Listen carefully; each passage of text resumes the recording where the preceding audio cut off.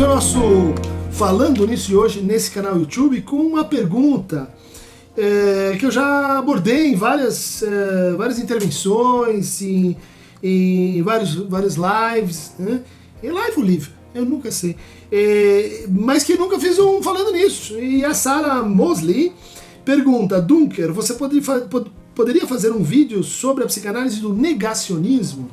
E então eu vou fazer sintetizando aí o material que já está circulando, mas agora assim me detendo mais seriamente sobre o fato de que a negação é um conceito psicanalítico. É um conceito desenvolvido pelo Freud nesse texto de 1927, que a Marlene Carone traduziu de uma forma magnífica, que a gente tem essa edição da Cossacraif, né? Chamado a negação, né? De Verneinung, que em alemão remete a essa ideia de um tipo particular de dizer nein, né? Nein é não em alemão. A Verneinung é aqui discutida a partir de dois casos, né? Que seriam os juízos, o juízo de existência e o juízo de valor.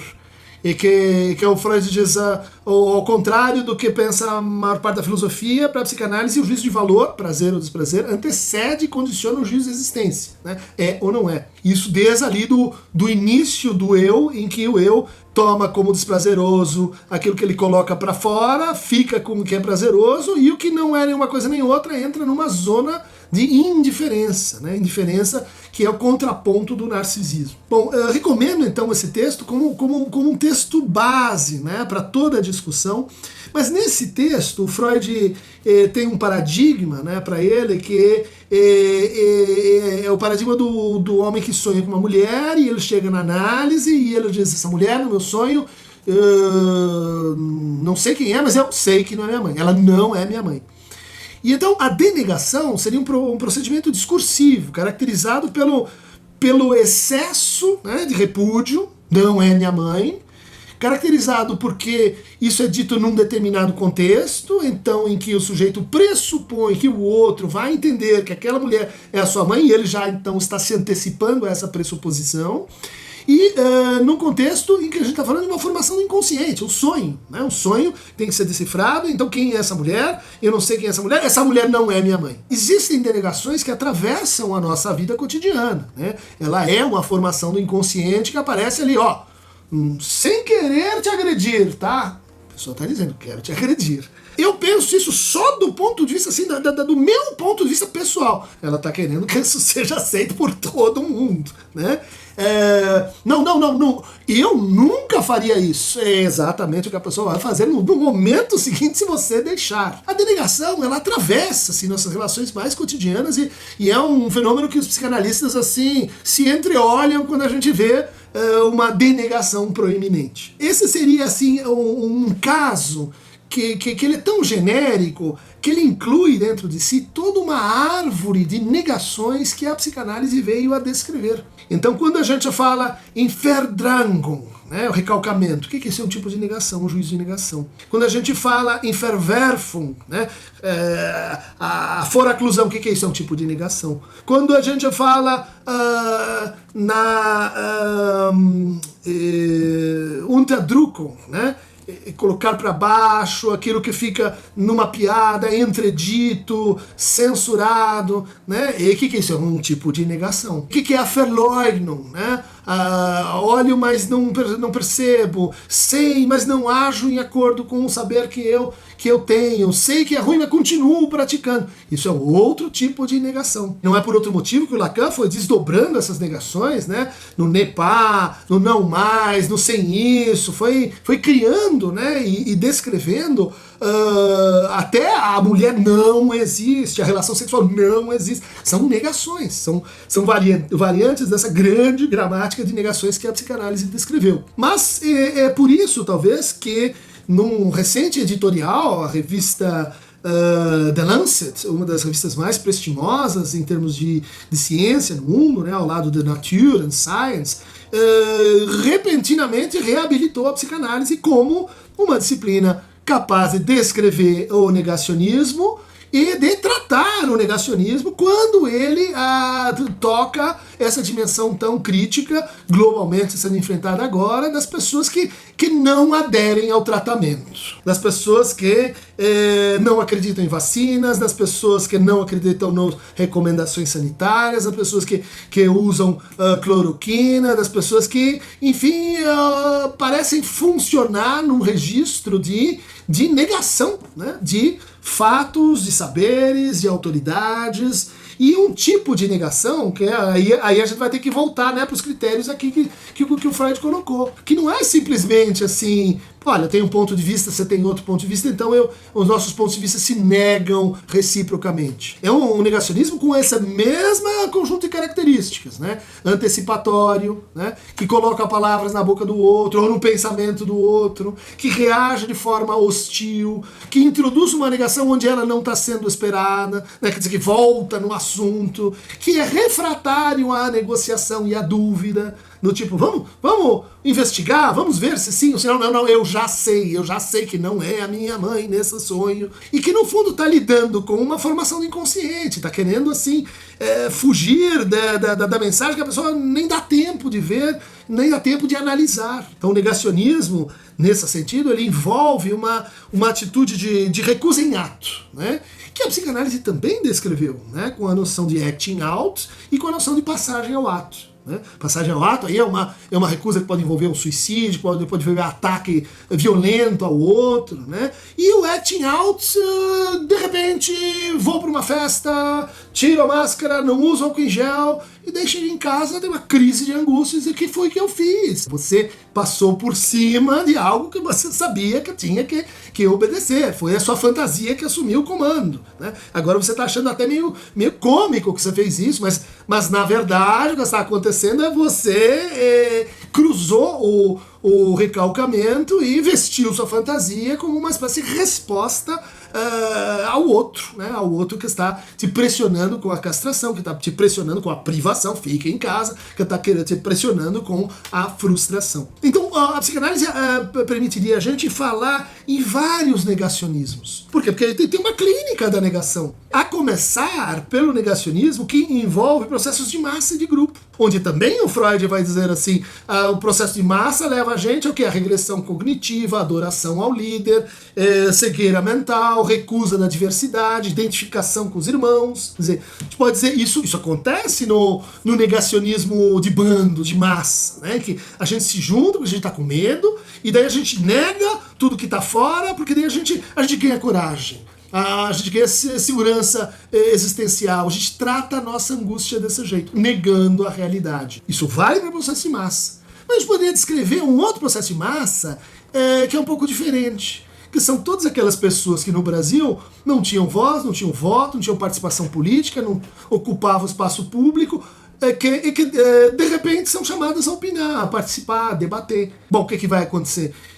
Paulo Freire, efeito Paulo Freire, né? Uma educação que não é libertária faz com que o oprimido queira ser o opressor, né? O oprimido de hoje vira o opressor de amanhã. Então, assim como eu fui cancelado, que é um fato assim do nosso passivo histórico que precisamos resolver, e eu entro em cena e eu me sinto diminuído, eu não tenho os mesmos recursos de repertório, os mesmos recursos para formar opiniões, para defender opiniões, para argumentar. Então, o que eu faço? Eu simplesmente nego de volta, né? Assim como eu fui negado. Opa, vamos distinguir, né? Aqueles que se aglutinam para odiar, né, o outro, e aqueles que estão respondendo a um histórico de exclusão social, e que precisa ser mediado, que precisa ser repensado aí para incluir essas pessoas.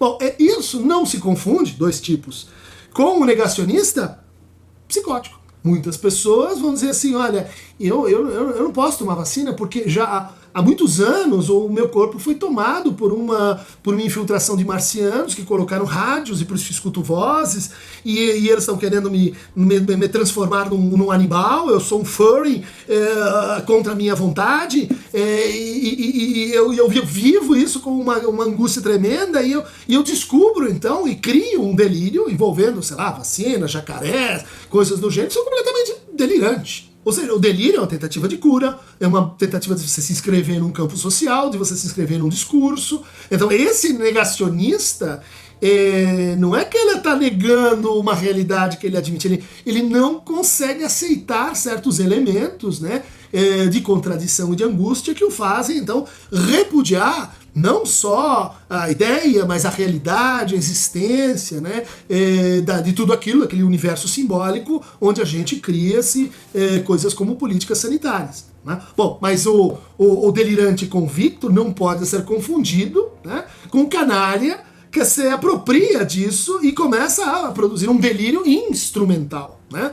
Para dizer para as pessoas que, na verdade, isso aí não foi confirmado, isso aí não é bem assim, para aumentar a divisão subjetiva das pessoas, para criar inimigos, a China, isso aí foi invenção chinesa, para disseminar a divisão social, para o quê? Para faturar politicamente em cima. Então, isso não tem nada a ver com delírio clínico, mas é uma instrumentalização do primeiro, né? Que vai levar a formas de autoridade regressiva, que vai levar a formas de angústia e medo regressivos, que vai levar a forma de obediências regressivas, né? Onde a gente vai liberar violência, pulsão de morte, e isso vai, assim, ser captado por este tipo de negacionismo, tá?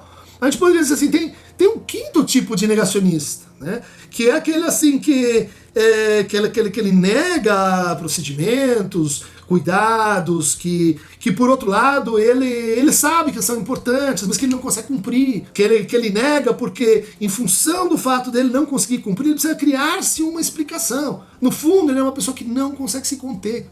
É uma pessoa que ela não aguenta ficar numa abstinência sexual, que não aguenta ficar numa abstinência de álcool, ou de drogas, ou de contato social, ou de, bom, vocês podem imaginar inúmeras situações, né, em que o negacionismo é secundário, em que o negacionismo é assim, eu não vou dizer isso, que eu não consigo me conter. Eu não vou partilhar que eu sou assim, impotente diante disso. Eu vou me apropriar de uma formação delirante, eu vou me apropriar de uma ideia, eu não vou querer pensar muito nisso, mas aí é diferente. Não é o cara que vai se antecipar e dizer não é minha mãe, né? Vacina não funciona. E ele vai se amparar na divisão, ele vai dizer, acho que sim, acho que não, será que vale para todo mundo, tô na dúvida, vou e não volto, será que abre ou não a escola, né? É aquele que vai viver neuroticamente essa divisão, né? Às vezes com formações reativas, né? Quer dizer, então eu vou tomar conta absolutamente de todas as frestas e tampar com fita crepe as janelas e deixar a comida descansando um dia e todo um dispensário de roupas que eu só uso para ir buscar e ter interações com máscara sempre N95 e daí saí e fui às compras. Sem máscara. Como assim? Porque esse excesso de cuidado vai ao mesmo tempo produzindo e aumentando a sua divisão até o ponto em que você, então, assim, não consegue metabolizar, não consegue simbolizar todas as situações e aí acontece um acting out, aí acontece uma transgressão, aí acontece uma coisa que você diz assim, que você sabia que não podia mais, fez assim mesmo e não sabe explicar nem para si mesmo. Outro tipo completamente distinto, então, de negacionismo. Espero que isso ajude vocês, assim, a terem uma certa diagnóstica do negacionista. Não são todos que se resolvem da mesma maneira. Vamos ter em conta que há muitos negacionistas, isso aí se aplica a todos os tipos, que eles são negacionistas discursivos. Há pesquisas que falam em 25% de negacionistas. Pessoas que vão desde vou fazer o tratamento preventivo, até não aceito vacina, ou não aceito esse tipo de vacina, há vários níveis, né? Bom, a gente teve esse experimento aí na região do interior de São Paulo, em Serrana, onde foi vacinado o conjunto da população. Bom, 25 vão chegar lá e falar, não quero. Não. 97% das pessoas foram vacinadas. E os 3% não são de negacionistas puros, são pessoas que, bom, por outros motivos, não conseguiram vacinar. Então o que a gente tem aqui? A gente tem aqui aquele cara que ele precisa falar. E depois, lá na boa, em silêncio, ele vai, toma vacina e tudo bem, ela sabe que a vacina funciona, mas na mesa do bar ele continua aquele leão feroz, dizendo que está tudo errado e etc, né, para criar efeitos, né, de me reconheça, eu existo, eu sou importante para você, tente me convencer que o mundo não é redondo, né? Bom, Sara, espero ter te ajudado aí com essa pergunta. Para deter o negacionismo, ative o botão Aqueronta, movemos, fire! ativar lasers e torpedos fotônicos. Vamos derrotar os negacionistas. Se não for agora, em maio, se não for em maio, quando essa coisa terminar.